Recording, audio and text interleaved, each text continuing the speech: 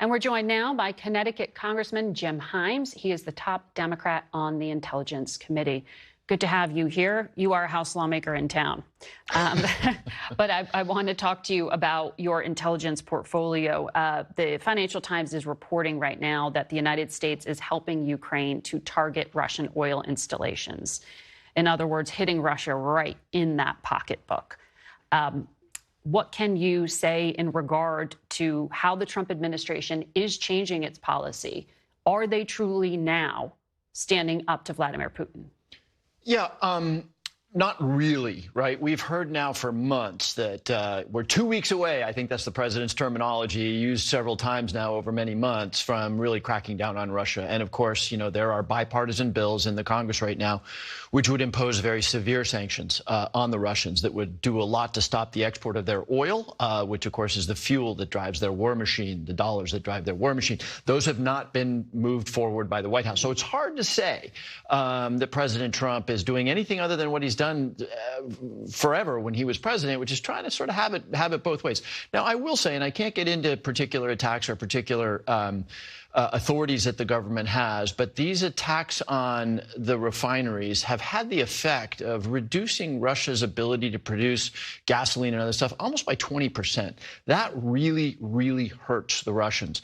And I will tell you again, without being specific, that I wish the president would be much more aggressive with respect to turning off those taps and with respect to arming the Ukrainians. But he hasn't taken any meaningful steps back from the Biden administration. So we've at least got that.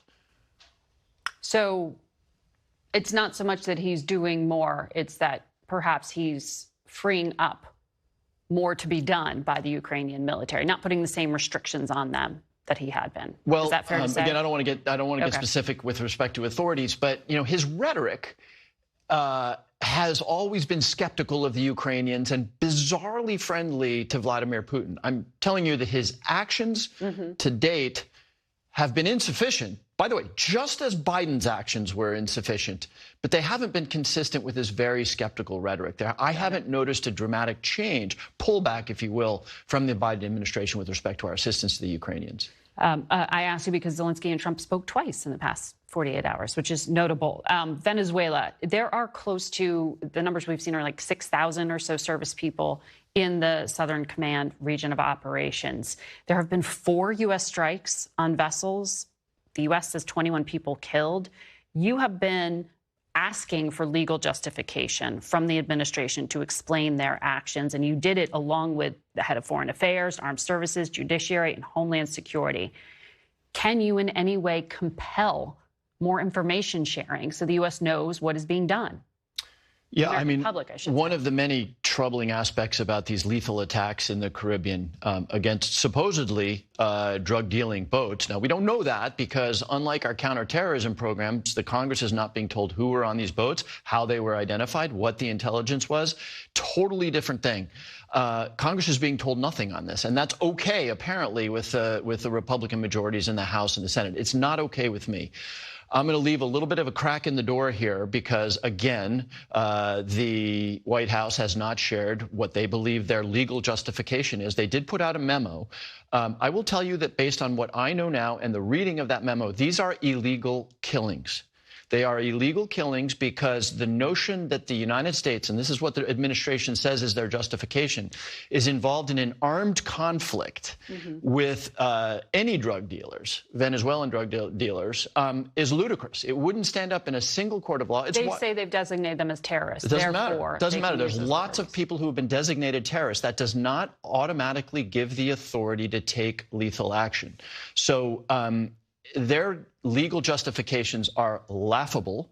And again, unless they want to share more than what they've shared with me, these are illegal killings. And what amazes me about that is that the president, of course, thanks to this very compliant Supreme Court, has been given absolute immunity. But what about the Secretary of Defense? What about the deputy? What about everybody else in that chain of command, right on down to the guy who's pulling a trigger that results in the deaths of people without clear legal authority? What about them?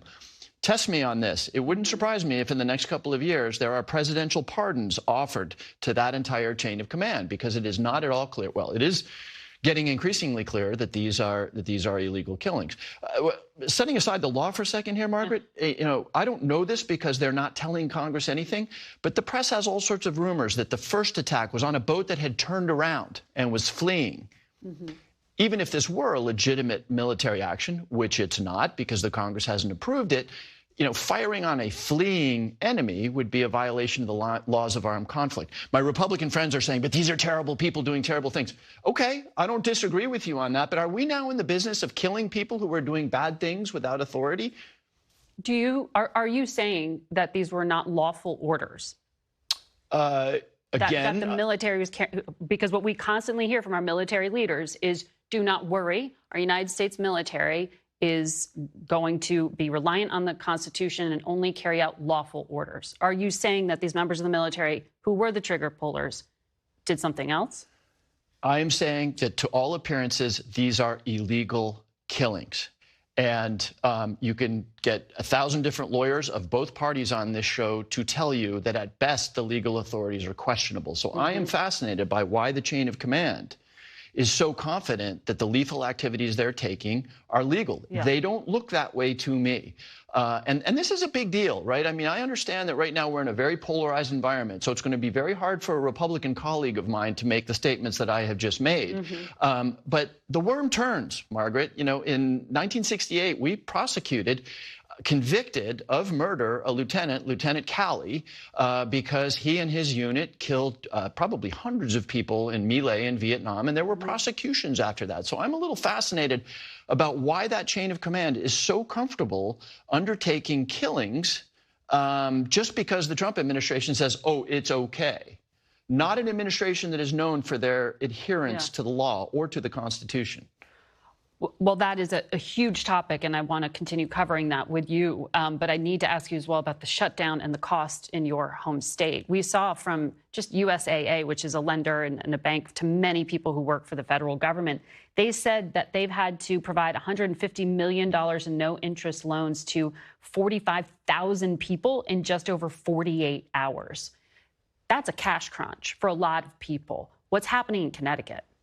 So, I mean, I'll tell you a Connecticut story. The day after the shutdown went into effect, I went up to see the National Guard at Windsor Locks Airport. We were deploying 500 Connecticut National Guard members to the Middle East. These were 22, 23-year-olds. None of them are wealthy. None of them are going to get paid on October 15th. And I heard the vice president on your show say that this is about the Democrats. The American people understand that the Republicans control the White House, they control the Senate, and they control the House. So when the vice president of the United States is saying this is all about Chuck Schumer, who the American people rejected in the last election, I think the American people see through that. Well, the White House seems to be trying to take that issue off the table. The president posted on social media that they're going to repurpose funds somehow to pay the military, at least for this pay cycle. Is that sustainable? Is that legal? Probably not. Again, we just had a little conversation about the White House's understanding of United States law, which is pretty tentative to say the best. The Speaker of the House, because I think to pay the military during a shutdown would require legislation. The Speaker of the House has taken that off the table. So, I mean, is Donald Trump going to say a bunch of stuff? Yes, he's going to say a bunch of stuff, but I don't see anything moving. The House, as Senator Murphy pointed out, the House is on vacation. So, no, I don't think that that's very likely. Well, the Speaker says if the government wasn't shut down, the military would be getting a pay if Democrats voted for the short-term funding bill. But no one's working right now, as you just said. We'll have to continue to track this. Thank you, Congressman Himes. We'll be back in a moment.